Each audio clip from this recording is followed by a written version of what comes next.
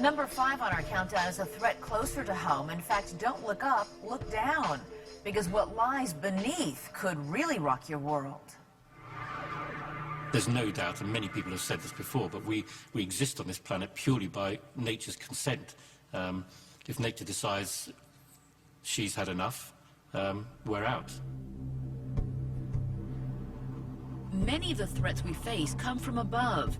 However, only one comes from beneath. What we think of as solid ground, the Earth's crust, is only 25 miles deep, and beneath that is a pressurized ocean of molten rock looking for a way out. Occasionally, it finds one. Case in point, Pompeii, on the Bay of Naples in the shadow of Mount Vesuvius. What Vesuvius tells us and what Pompeii tells us is that the worst thing that you could conceive from an active volcano will ultimately happen. August 24th, 79 AD. It started with earthquakes. Hours later, there was a massive explosion. We use the word erupt in our everyday language to describe something that happens suddenly and unexpectedly. Vesuvius erupted into their lives. An entire city frozen at the moment of destruction. The people who died buried in ash, a testament to the frightening power of the blast.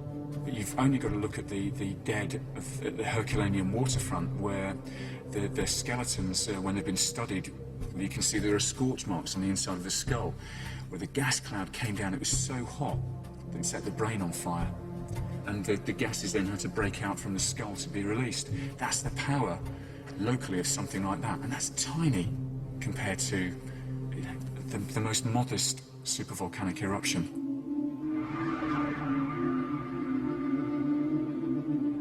A supervolcano really is a volcano which generates the biggest eruptions that we know about.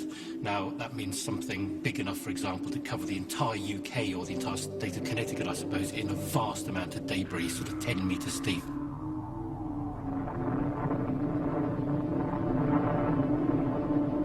Mount St. Helens looked spectacular, looked devastating, killed around about 60 people, destroyed about 600 square kilometers or so of forest with this lateral blast, as we call it. The whole north side of the volcano came out.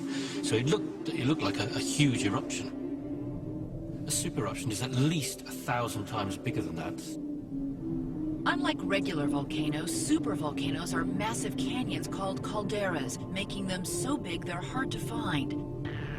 Although scientists estimate there could be as many as 40 scattered around the globe, they don't know for sure. What they can tell us, if one erupts, it has the power to push humanity to the brink of extinction.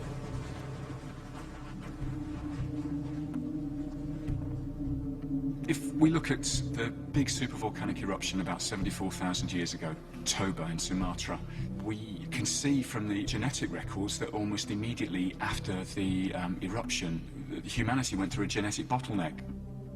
According to DNA and fossil records around the time Toba erupted, the human population dropped by at least 90%. Scientists theorize that this near extinction was caused when the ash from Toba blocked out the sun and killed almost all of the world's plant life. There are some human geneticists who say that the bottleneck is so narrow that there could have been 30 reproducing females left in the world. The bottom line is that when one of these eruptions occurs, it's going to be a global disaster. The only question is when and where.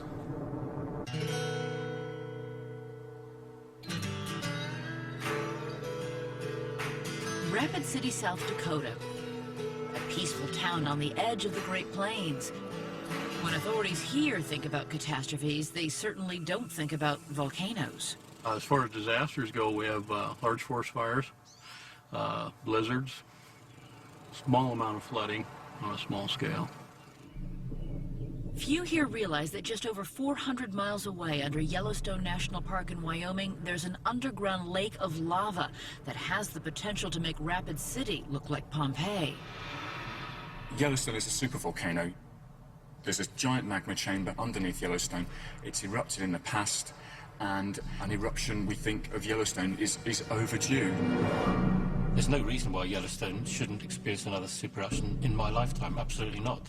The chances in any one year are very, very small, but there is no reason why that can't happen. Yellowstone experiences a super eruption about once every 600,000 years. The last one was over 630,000 years ago, and when it went off, the prairie that today is Rapid City was buried under 8 feet of ash. A volcano that can carry that much ash and put 4, 6, 8 feet even of ash down upon us. I mean, that's an event of I guess what you'd call biblical proportions, and I don't know how you would prepare for something like that.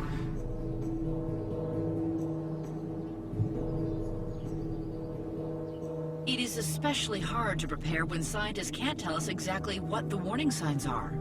We haven't seen a supervolcanic eruption, so we're not sure about what we will see. But one of the things that we would expect would be increased earthquake activity, an increase in the small geyser eruptions that you get in Yellowstone. The increased seismic activity under Yellowstone would be caused by the massive lake of superheated liquid rock called magma, forcing its way toward the surface. When that would turn from warning signals to there's going to be an eruption is unclear. We may not, however, get much notice that the eruption's about to happen. The Bible does say that, in the last days there'd be an increase of earthquakes in many places.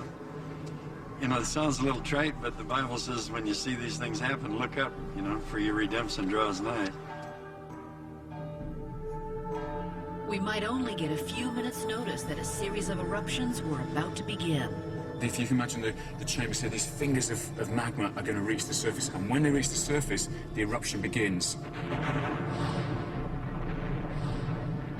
One can imagine that rather than there being one spot around Yellowstone, you may get half a dozen of these, or a dozen or more, erupting around the caldera.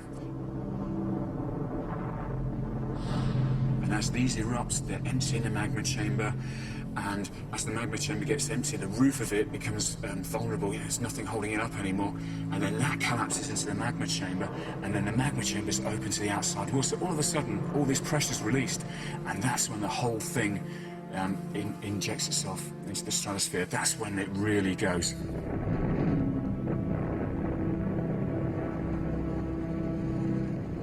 In Rapid City, those watching live television images from the park would suddenly see their screens go blank. These eruptions are so big that you couldn't really see them because you couldn't be close enough to the volcano and watching it and survive. You could watch it from satellite. You could see the volcano erupt, and you can see the ash cloud begin to spread. The explosion would incinerate everything within a 100-mile radius and send a massive cloud of poisonous ash racing across the plains. It would take less than half an hour to cover all of Wyoming and cross into South Dakota. It is 5 hours to get across the state of South Dakota. So I'm not sure you could ever really outrun it. You would have to try to keep people inside. You'd really just try to store up. Definitely there'd be panic. There'd be men's hearts failing for fear, for what's coming on the earth. For emergency personnel in Rapid City, there'd be only one thing they could do as they watched the cloud engulf their town. Say a prayer and hope for the best. You're not going anywhere, so unless you can walk fast. Once the cloud hit, evacuation would be impossible. The drifts of ash would be over 8 feet deep and heavier than snow. The ash would be so thick that it would clog all internal combustion engines, stranding rescuers. A scenario that puts us where we can't reach the people. I mean, that's the ultimate nightmare for somebody in my position. The answer I don't like giving is people are going to go without our assistance. Almost immediately, anyone outside would be suffocated by the cloud of toxic sulfuric ash. Unfortunately, if you breathe in enough of the ash, they will mix with the fluids in your lung and form a nice cement. So you're drowning in an acid bath of cement. It's a really sort of unpleasant thing to imagine, isn't it? People inside would discover that their houses provided little protection. If you're in any building which isn't very, very well constructed, then the amount of ash accumulating could cause the roofs to collapse, and you would die as a result of building collapse.